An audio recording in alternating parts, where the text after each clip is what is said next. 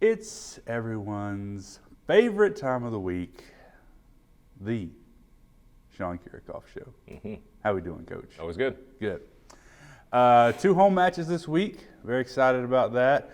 We will talk about those momentarily, but take me back to this past maybe Saturday. We got to experience and enjoy the wild and crazy win on Thursday against Nichols. Yeah. But take me back to Saturday at Commerce. Tough start that first set. Definitely one you want to put behind you very fast, and the girls seemed like they did that, and really could have gone either way the rest of the match. I mean, we very easily could have gone up 2-1 at that point, winning the third set, but didn't happen. But tell me about that match on Saturday. Yeah, I mean, so many different feelings about that match. I mean, it feels awful, I'll say that. But at the same time, what you just said, I mean, we were really close to being up 2-1, which completely changes everything. Because I mean, you probably win that one at that point. But that was frustrating, and honestly, more so for me maybe than for them. I'm sure they are frustrated as well. But I mean, it really felt like that loss was more on me. We talked about in previous weeks here, where I'm like, you know, we may not have got to a win like Nichols the way we wanted to, but I mean, not going to go into the locker room and say that winning isn't enough, but there's things that you know that you should have done better to maybe not put yourself in that situation, to have to make some crazy, you know, comeback to do that. And then you address that in practice, which, you know, I think that we did, but I mean, Commerce just really played just so much better fundamental volleyball than we did, and at a very high efficiency to where there was just no breathing room for us to be able to come back in those sets 1 and 4. And so that was frustrating to me, because it's like, I mean, we're reading a textbook of volleyball right here, and I feel like we work on this stuff, but it's not working, and they're doing it at a way better rate than we are. So that really frustrated me. But And it seems like it's kind of a perfect example of what the Southland Conference is this year. I mean, before we get into like broad thoughts about us in this first half of the conference, 7 teams are essentially one weekend away from going to the 1 seed or the 7 seed. Yeah. And it is, do you remember a season where it's been this tightly packed, this competitive every single weekend? I absolutely do, bro. and I do. There's been several. I mean, I was thinking about that last week, and then earlier this morning before I got here, is that, I mean, this is Southland volleyball to me. And while there have been some outliers at the top and the bottom, there's usually been just a big bunch of teams that are very similar, and either team could win on any night, and that makes it fun in conference, you know? At least it does for me. And I mean, there's been several years. I mean, I think of, it was 2018 specifically, where we ended the year in a 4-way tie like we are right now, and I definitely remember it because I felt like we lost every single tiebreaker, you know, and it's like not a single one could go our way, and I could argue about that. I could still argue about that, the one tiebreaker, but no, I mean, this has been Southland volleyball. I think it's great, and once again, we're back to that after, you know, 2 crazy years of COVID, to get in this situation to where it's just unbelievably competitive and fun to watch.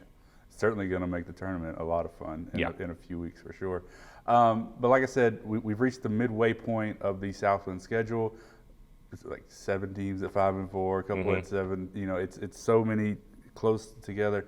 What have you seen in the development of our team over these first 9 matches, and how they progress from maybe those preseason matches to where we sit right now?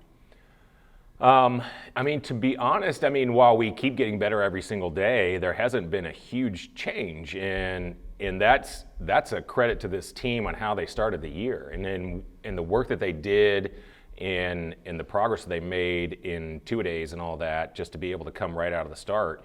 And I can go down the list from a stat standpoint, and we spoke about it, and I've talked about it with the team, and like, well, in digs per set, we're here, we'd rather be here. In blocks, we've always been good. Hitting percentage, this, total points scored per set, you know, I won't go down the list of all stats, but we've made all those improvements, and we were much more solid team in that respect. But there hasn't been there hasn't been like, oh my gosh, I can't believe we were here at the beginning of the year and we're so much better now, but that's a compliment. I mean, it's just everyone has gone out there and has had from day one, that fight and that ability to go out there and compete with each other and for each other. And that's just something that we got to continue on. And then there's just little things defensively and stuff like that to where it's like, all right, you put yourself in a position to be able to take this away, you got to know what the next step is. And I think we talk about it, but then it's being efficient about being able to handle that stuff. We've talked about a couple of times already this year how the coaching battle of facing that team for the second time.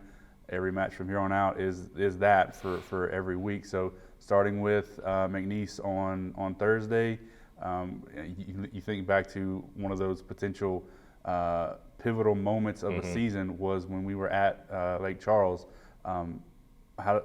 Thoughts on this match coming up with that in mind? Man, it should be a crazy one, right? I knew that right after the match, like, man, we got to play them again, and they're going to be highly motivated to come in here and, do to us what we did to them there.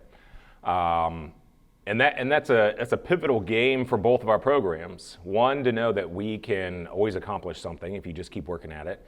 And that had to be very defeating for McNeese. But they've been able to have a nice turnaround and be able to pick themselves back up.